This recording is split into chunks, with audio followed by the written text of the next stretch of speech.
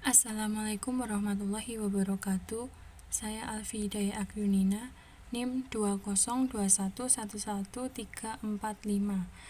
kelas 3J Program Studi Hukum Ekonomi Syariah, akan menyampaikan materi yang berjudul Perdebatan Antar Dalil. Yang pertama, Ta'arud al-Adilah. Menurut Abdul Wahab Khalaf, Ta'arud al-Adilah secara bahasa berarti bertentangannya sesuatu dengan sesuatu yang lain, sedangkan secara istilah yaitu bertentangnya suatu hukum dengan hukum yang lain yang menghendaki sebuah ketetapan yang sama pada satu waktu. Ketentuan Ta'arud al-Adilah. Yang pertama, adanya dua dalil. Yang kedua, keduanya memiliki martabat yang sama. Yang ketiga, keduanya berbeda. Yang keempat, berkenaan dengan masalah yang sama. Yang kelima, menghendaki hukum yang sama dalam satu waktu. Macam-macam ta'arud al-adilah. Yang pertama, naqli, dalil yang ditetapkan dalam Al-Quran dan hadis. Yang kedua, akli, dalil yang ditetapkan dengan akal seperti qiyas. Yang ketiga, qat'i, dalil yang kekuatan hukumnya meyakinkan. Yang keempat, zanni, dalil yang kekuatan hukumnya tidak meyakinkan. Ta'arud hanya muncul karena keterbatasan kemampuan seseorang mujtahid dalam memahami dalil-dalil yang ada, bukan karena memang antar dalil terjadi pertentangan. Sebagaimana yang akan saya uraikan, karena ta'arud itu sendiri maknanya pertentangan, perlawanan, kontradiksi. Dan mustahil bagi syar'i untuk menciptakan dua dalil yang saling berlawanan dalam satu waktu dan dalam satu masalah. Tempat-tempat terjadinya ta'arud al-adil. Meskipun ta'arud merupakan persoalan lahiriah saja dan bukan secara hakiki, ada ta'arud seperti yang telah saya jelaskan. Namun bisa saja tampak terjadi ta'arud pada sesama dalil-dalil qat'i dan sesama dalil-dalil zanni. Tidak boleh terjadi pertentangan antara dalil qat'i dengan dalil zanni, antara nas dengan ijma' atau qiyas, dan antara ijma' dengan qiyas. Jika terjadi pertentangan, maka pada hakikatnya tidaklah ta'arud secara hakiki, karena dalil yang lebih lemah dapat dilenyapkan dengan dalil yang lebih kuat. Dalil yang zanni dapat dilenyapkan dengan dalil yang qat'i, manakala memang berlawanan. Metode mengatasi ta'arud al-adilah.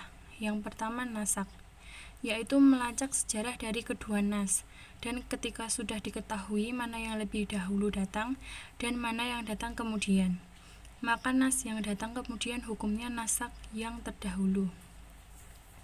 Yang kedua, tarjih, yaitu menguatkan salah satu dalil dari dua dalil yang bertentangan berdasarkan beberapa qarinah yang mendukung ketetapan tersebut. Apabila dua dalil yang bertentangan sulit dilacak sejarahnya oleh seorang mujtahid, maka mujtahid tersebut harus menguatkan salah satu dalil ketika memungkinkan. Yang ketiga, al-jum'u wa tawfiq, yaitu mengompromikan dalil-dalil yang bertentangan setelah mengumpulkan keduanya. Hal ini berdasarkan kaidah mengamalkan kedua dalil lebih baik daripada meninggalkan atau mengabaikan dalil yang lain. Yang keempat, tasakut al-dalilain, langkah terakhir mujtahid yang berarti menggugurkan kedua dalil yang bertentangan dan mencari yang lebih rendah. Cara menyelesaikan ta'arud al-adilah menurut Hanafiyah dan Syafi'iyah. Yang pertama, menurut Hanafiyah, dengan cara nasak, tarjih, al-jum'u wa tawfiq, dan tasakut al-dilalain.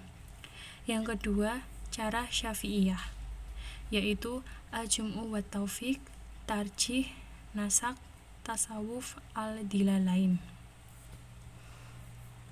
Pertentangan antar dua qiyas. Pertentangan dalil juga bisa terjadi pada dua qiyas.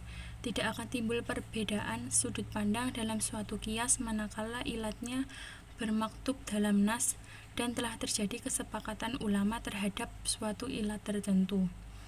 Apabila dua qiyas bertentangan dan tidak ada penguat bagi salah satu dari keduanya, maka mujtahid mengamalkan dengan apa yang disaksikan oleh hatinya setelah melakukan penyelidikan. Cara penyelesaian perbedaan nas yang dilakukan oleh ulama Syafi'iyah berbeda dengan ulama Hanafiyah, terletak pada hal akibat. Tasakut al-dilalain. Tasakut al-dilalain adalah langkah terakhir mujtahid yang berarti menggugurkan kedua dalil yang bertentangan dan mencari yang lebih rendah. Apabila dua sunnah yang bertentangan, maka beralih pada istidlal dengan qaul al-sahabah bagi yang menggunakannya sebagai hujjah dan beralih pada qiyas bagi yang tidak menggunakan istidlal qaul al-sahabah. Pertentangan dalil dalam am. Mengkompromikan antara dua am dengan membagi macamnya, antara dua mutlak dengan membatasi, antara dua kekhususan dengan membatasi, atau memahamkan salah satu dengan cara majas, dan antara am dengan khas dengan taksis am.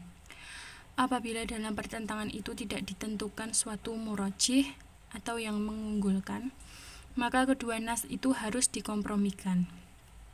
Seperti penjelasan yang lalu, jika yang satu am dan yang lain khusus, maka ditetapkan bahwa yang am harus dipengaruhi dengan yang dimiliki oleh khusus. Kemudian dibandingkan antara khas dengan hasil am. Am dan khas. Ulama Hanafiyah memberikan definisi lain. Lafaz am ialah suatu lafaz yang mencakup arti secara keseluruhan, baik dengan menggunakan lafaz seperti rijal atau dengan menggunakan isim mausul yang menunjukkan arti jamak, atau isim syarat dan yang seumpama dengannya seperti lafaz qaum, jin atau ins, serta lafaz-lafaz lain yang menunjukkan arti jamak. Sedangkan khas merupakan lafaz yang tidak menghabiskan apa yang pantas baginya tanpa pembatasan. Macam-macam am. Yang pertama, am yang tetap dalam keumumannya, yaitu surat Al-Kahfi ayat 49. Yang kedua, am yang dimaksud khusus, yaitu surat Al-Imran ayat 173.